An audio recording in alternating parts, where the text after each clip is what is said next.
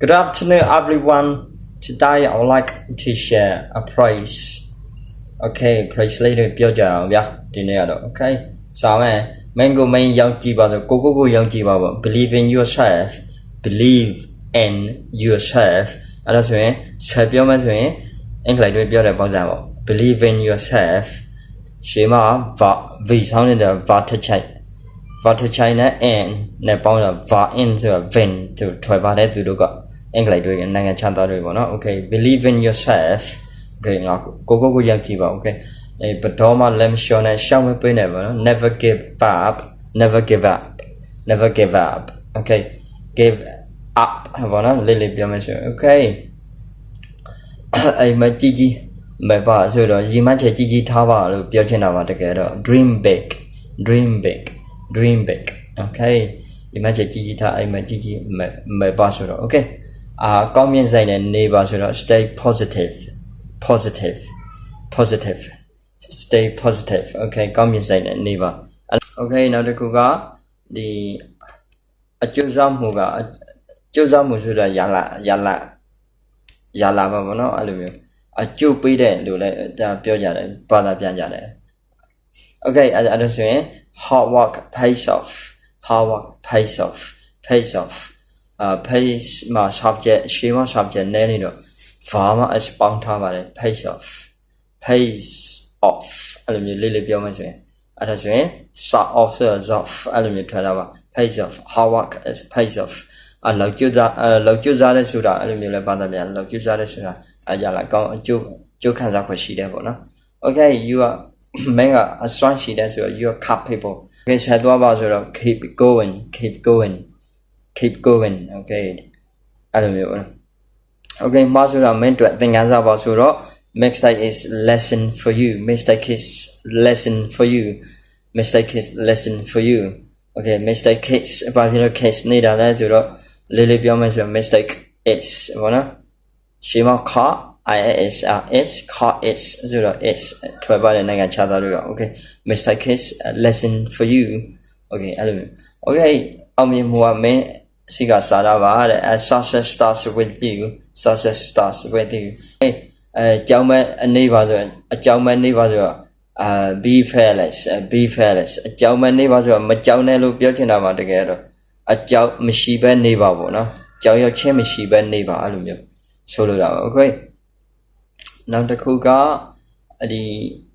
နေတိုင်းကအခွင့်အလမ်းပဲနေတိုင်းကအခွင့်အလမ်းပဲ every day is a new chance a new chance ခွင့်အလမ်းတွေတွေ့ပါမနော် okay နေတိုင်းကအခွင့်အလမ်းတွေတွေ့ပါ every day is a new chance for you မင်းတွေ့ထည့်လို့လည်းရပါတယ် okay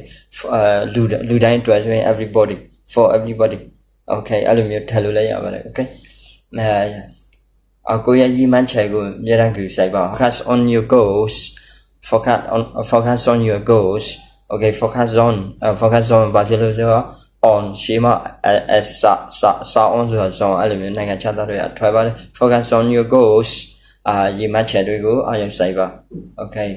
don't forget ပေါ့မေ့ပါတယ်ပေါ့နော်အဲ့လိုမျိုးပြောချင်တာပါ okay မင်းကလောက်ပါပြီဆိုတော့ you are enough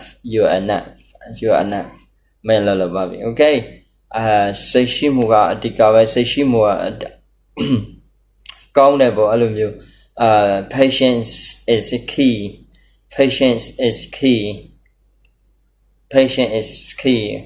okay စိတ်ရှိမှုကအဓိကပဲအဲ့လိုမျိုးစိတ်ရှိတဲ့ဆိုတော့ကောင်းတယ်ပေါ့နော်ရှောင်းနိုင်မှုတွေကနေသင်ယူပါတဲ့ဒီအမှားတွေကသင်ခန်းစာပေါင်းစံမျိုးပါပဲ learn from your failures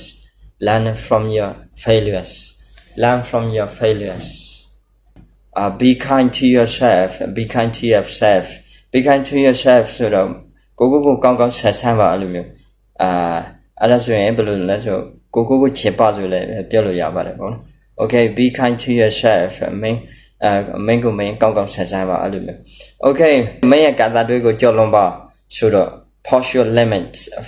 your limits okay မင်းရဲ့ကာတာကိုကြော်လွန်ပါနော်နဲ့ချာနေပါနော်ဒီဘယ်လိုပြောမလဲအပေါ်စီကမနာတွေနဲ့မနေနဲ့ပေါ့နှိတ်ချစွာနေပါ okay stay humble ဆိုတာနှိတ်ချသည် stay humble တို့မဟုတ် be humble အဲ့လိုမျိုးပြောလို့ရပါတယ် Okay တနေ့တော့မင်းရဲ့အချိန်ရောက်လာလိုက်မယ်ဆိုတော့ your time will come one day your time will come one day your time will come one day တနေ့တော့မင်းရဲ့အချိန်ရောက်လာမယ်ပေါ့ Okay ပြုံးလေးနေပါဆို keep smiling ပြုံးလေးနေပါအဲ့ဒီ day ပဲတော့တာမစမ်းပါအဲ့လိုမျိုး day ပဲလည်းရတယ် Okay စိတ်ခေါ်မှုတွေကမင်းကိုကြီးထွားစေတဲ့ဆိုတော့ challenges make you grow တကယ်တော့အဲ့ဒီနေရာမှာ grow ဆိုတာတိုးတက်တယ်လို့ဒါ day ပြန်ရင်တော့ပိုကောင်းမယ်ကြီးထွားစေတဲ့ဆိုတော့ Okay challenges make you grow ဒီစိတ်ခေါ်မှုတွေက